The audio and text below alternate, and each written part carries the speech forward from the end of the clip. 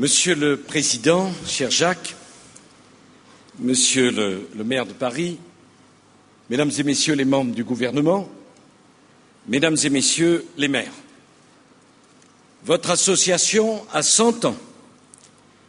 En elle s'incarnent les valeurs de notre République. Cette République que vous faites vivre au quotidien dans nos communes. Cette République qui, grâce à vous, n'est pas qu'une devise. À l'idée abstraite de la République, vous donnez un visage. Vous donnez, au-delà de vos différences, une humanité.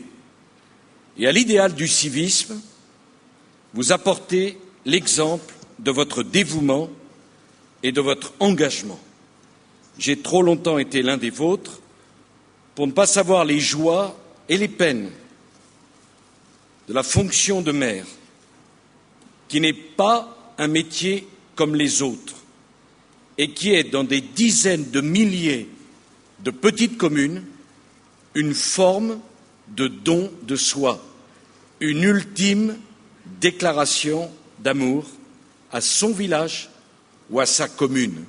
La première motivation de l'engagement des maires, c'est l'amour que l'on porte à son territoire, à sa ville, à son village. Je sais les contraintes sans cesse plus lourdes qui rendent votre mission sans cesse plus difficile. Je sais le courage qu'il faut pour continuer quand votre énergie, quand votre imagination doivent suppléer le manque de moyens et quand votre responsabilité personnelle se trouve de plus en plus fréquemment mise en cause devant les tribunaux. Si on continue comme ça, il y a un jour, on ne trouvera plus personne pour assurer des responsabilités collectives. Notre société doit y réfléchir. Et bien souvent, je sais, ça ne va pas arranger mes affaires de dire ça, et pourtant je le pense. Il ne peut pas y avoir de pouvoir sans responsabilité. Responsabilité pour tout le monde. Mais il y a un moment où l'excès de contrôle, où l'excès de précaution conduit à l'inverse de ce qu'on a cherché. On ne doit pas tarir la source du dynamisme, de l'imagination dans un pays comme le nôtre. On doit prendre des initiatives, encourager ceux qui prennent des initiatives et pas décourager celui qui essaye de résoudre un problème. La bonne volonté, ça compte aussi. Bon, c'était pas dans le discours, mais c'était dans mon cœur.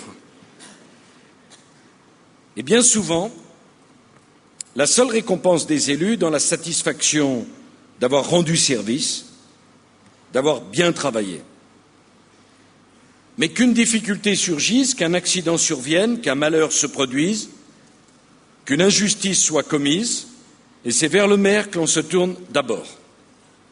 On lui demande tout, on exige tout, au quotidien l'impossible, et lui, qui l'aide, qui l'encourage, qui le soutient. Et j'ai parfaitement conscience, cher Jacques,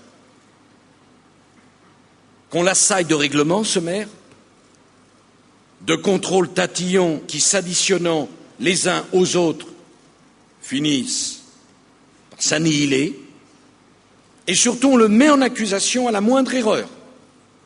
Et je veux changer cet état d'esprit dans notre pays. Je veux qu'on remercie ceux qui se dévouent pour leur dévouement et qu'on arrête de les dénigrer. Et que ceux qui les dénigrent se présentent aux élections et on verra à ce moment-là si c'est si facile d'être un élu.